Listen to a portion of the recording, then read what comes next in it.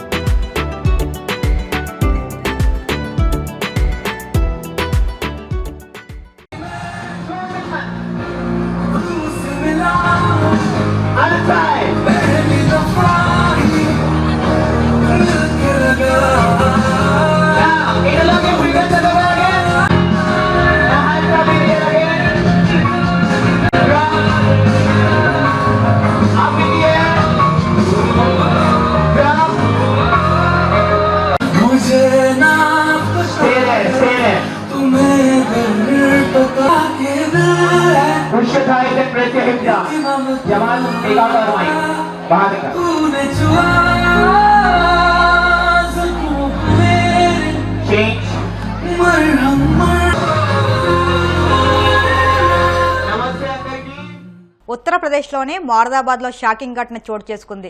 అమ్రీన్ అనే lady constable road పక్క నుంచి వెళ్తుంది. కొంతమంది ఆకతాయిలు ఆమె దగ్గరికి వెళ్లి బైక్ మీద కూర్చోవాలని వేధించారు. అంతేకాకుండా ఆమెతో రోడ్డు మీదనే వాగ్వాదానికి దిగారు. ఆమె ప్రతిఘటించడంతో ఆమెపైకి దాడికి దిగారు. నడి రోడ్డు మీదే ఆమె మెడకు పట్టుకుని కింద పడేసి మరీ దారుణంగా కొట్టారు. అక్కడున్న వారు ఇదంతా చూస్తున్నారు తప్ప లేడీ కానిస్టేబుల్ను మాత్రం ఆపడానికి ప్రయత్నం చేయడం లేదు. ఆమెను కొంతమంది పక్కకు ఇడ్చుకెళ్లి దాడికి యత్నించారు. చివరికి ఆమె కొంతమంది సహాయంతో అక్కడి నుంచి తప్పించుకుని స్థానిక పోలీస్ స్టేషన్లో ఫిర్యాదు చేసినట్లు తెలుస్తుంది. ఈ ఘటన అక్కడున్న సీసీ కెమెరాలో రికార్డు అయ్యింది. బాధిత లేడీ కానిస్టేబుల్ ఫిర్యాదు మేరకు పోలీసులు రంగంలోకి దిగి నిందితుల కోసం గాలింపు చేపట్టారు. అక్కడ ప్రస్తుతం తీవ్ర ఉద్రిక్తంగా మారిందని తెలుస్తుంది. ఒంగోలులో స్పా సెంటర్లపై పోలీసులు మెరుపుదాడులు నిర్వహించారు. ఈ దాడిలో గంజాయి ప్యాకెట్లు లభ్యమవడంతో నిర్వాహకుడిపై పోలీసులు కేసు నమోదు చేశారు. ఒంగోలు పర్వతమ్మ గుడి దగ్గరలోని స్పా సెంటర్లో అసాంఘిక కార్యకలాపాలు జరుగుతున్నాయని పక్కా సమాచారంతో రైడ్ చేసిన ఒంగోలు 1 టౌన్ పోలీసులు కేసు నమోదు చేసి విచారణ చేపట్టారు. విషయాన్ని పై అధికారులకు తెలియజేసి పట్టణంలో కొన్ని స్పా సెంటర్లో ఇల్లీగల్ యాక్టివిటీ జరుగుతుందని సమాచారం రావడంతో ఆ విషయాన్ని పై అధికారులకు తెలియజేసి వారి యొక్క ఉత్తర్వుల మేరకు పార్వతమ్మ టెంపుల్ దగ్గరలో ఉన్న ఈ V2 స్పా సెంటర్ పైన మా సిబ్బందితో రైడ్ చేయడం జరిగింది. ఈ రైడ్ చేసినప్పుడు ఒక వ్యక్తి, ఒక లేడీ ఈ దీంట్లో మసాజ్ చేయించుకుంటూ దొరకడం జరిగింది. అంతేకాకుండా ఈ స్పాని తనిఖీ చేసినప్పుడు దానిలో కొన్ని కాండోమ్ ప్యాకెట్స్, దాంతో పాటుగా కొన్ని గాంజా ప్యాకెట్స్ కూడా ఇక్కడ దొరకడం జరిగింది. కాబట్టి ఈ స్పా సెంటర్ ఎవరైతే నిర్వహిస్తూ ఉన్నారో ఆ నిర్వహిస్తున్న వ్యక్తిని కస్టడీలోకి తీసుకుని అతని పైన కేసు నమోదు చేయడం జరుగుతుంది. గతంలో చాలాసార్లు కంప్లైంట్ ఇచ్చింది, రైడ్ చేయడం జరిగింది. అప్పుడు మేము రైడ్ చేసిన సమయంలో అక్కడ జరుగుతూ ఉన్నదా లేదా అన్నది తెలియదు. మనం రైడ్ చేసాము. అప్పుడు ఎవరు దొరకపోవడంతో మనం అతనికి వార్నింగ్ ఇచ్చి మరలా ఇట్లా జరుగుతామని చెప్పి సమాచారం వచ్చింది. కాబట్టి మీరు ఇట్లాంటి ఇల్లీగల్ యాక్టివిటీస్ చేయకూడదని చెప్పేసి వార్న్ చేయడం జరిగింది. కానీ ఈరోజు మనకి స్పాట్లోనే దొరకడంతో సదరు వ్యక్తి పైన కేసు నమోదు చేయడం. వీళ్ళు వచ్చేసి మేము వచ్చేటప్పటికి ఒక పర్సన్ ఉన్నాడు, తను మసాజ్ చేయించుకుంటూ ఉన్నాడు. మేము ఎంటర్ అయ్యేటప్పటికి లేడీ ఎస్కేప్ అవ్వడం జరిగింది. ఇంకా ఏమైనా ఉన్నాయని చెప్పి వెరిఫై చేస్తూ ఉండడంతో కొన్ని కాండోమ్ ప్యాకెట్స్ అనేవి ఇక్కడ జరగడం జరిగింది. దాంతోపాటు చిన్న మన ప్రెస్సింగ్ కవర్లో ఉన్న గాంజా ప్యాకెట్స్ కూడా ఇక్కడ జరగడం జరిగింది. కాబట్టి ఇతని పైన సదరు సెక్షన్ల ప్రకారం కేసు నమోదు చేసి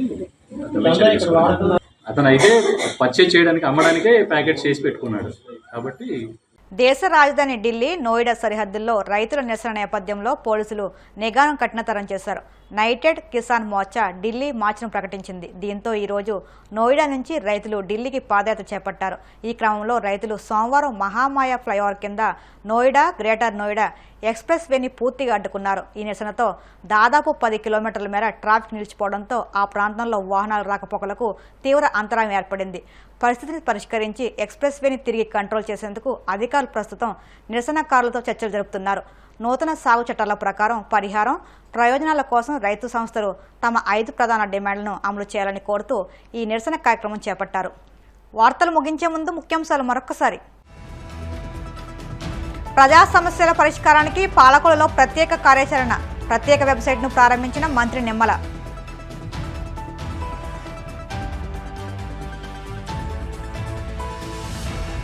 కూటమి ప్రభుత్వంపై ఎమ్మెల్సీ బొత్స సత్యనారాయణ ఫైర్. పేదలపై విద్యుత్ ఛార్జీల భారాన్ని తగ్గించాలంటూ హితవు.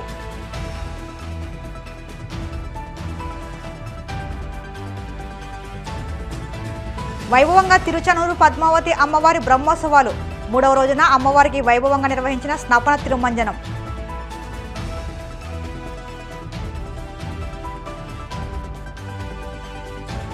పోర్టుల నుంచి రేషన్ బియ్యం తరలిపోకుండా చూడాలి. అధికార యంత్రాంగానికి దిశానిర్దేశం చేసిన మంత్రి నాదెండ్ల మనోహర్. ఈ వార్తలు ఇంతటితో సమాప్తం. మరిన్ని వార్తల కోసం BCN digital YouTube channel, Facebook పేజీని ఫాలో అవ్వండి. అప్డేట్ వార్తల కోసం ప్లీజ్ సబ్స్క్రైబ్.